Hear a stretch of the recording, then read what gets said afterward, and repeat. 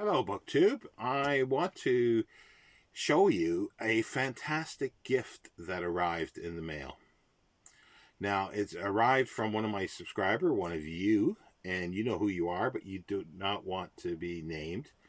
We spoke about this book months ago, and I never, in my wildest dreams, when you asked me for my address that you were going to send me something, that you were going to send me this book.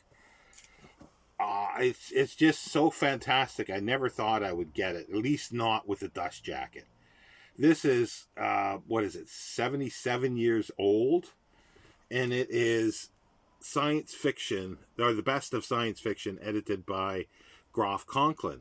This came out in 1946, around March, April, or May 1946, and it is a foundational text, I guess you could say that, for anthology of science fiction, and especially science fiction, because it's the first anthology that came out by a major publisher, and that's Crown Publishing. And first hardcover, I believe, anthology. There were some earlier ones.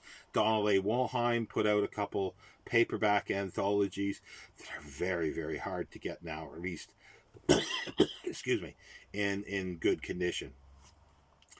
This was a trailblazer, and it has a preface by John W. Campbell. It's broken up into 6 sections: the atom, the wonders of Earth, the super science of man, dangerous inventions, adventures in dimension and from outer space. The very first story is by a writer you may not recognize, but some may, and it's called "Solution Unsatisfactory" by Anson MacDonald. Pseudonym of Robert A. Heinlein. And there happens to be 2, so there's I think 4 stories in here by Heinlein, but he's not Robert A. Heinlein in here, it's Robert Heinlein.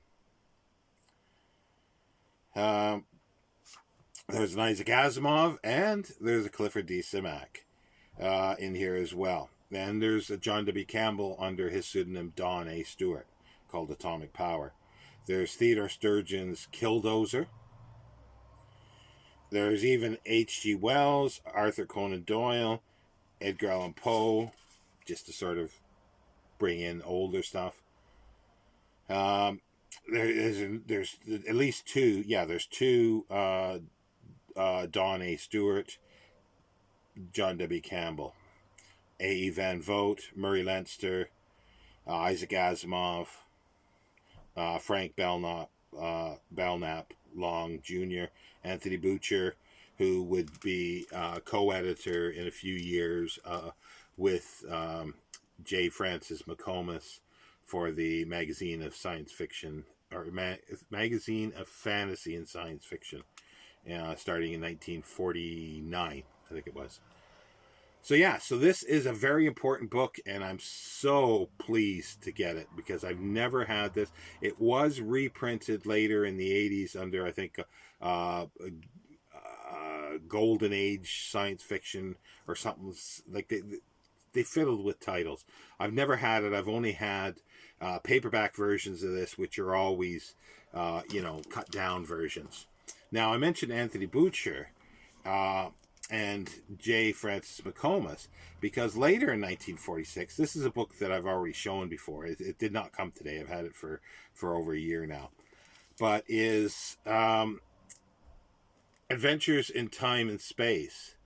This is a 1957 reprint, a modern library giant, but it was originally published in, I think, August of 1946. So these were 2 foundational books in 1946 that came out. For my money, this one edges ahead as the better book for the better quality stories for the period. Despite it not having a Clifford Simak in here. That's the only fault about this.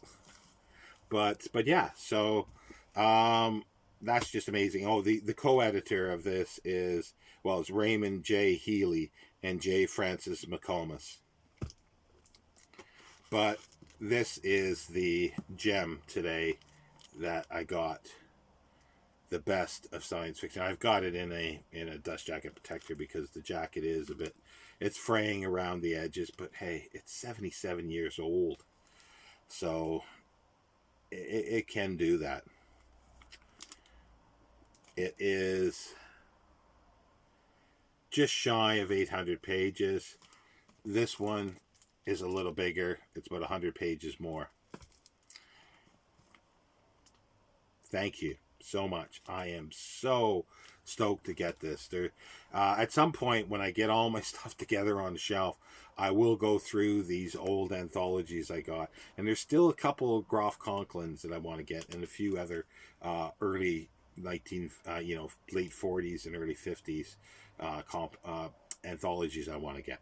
But thank you very much, BookTube.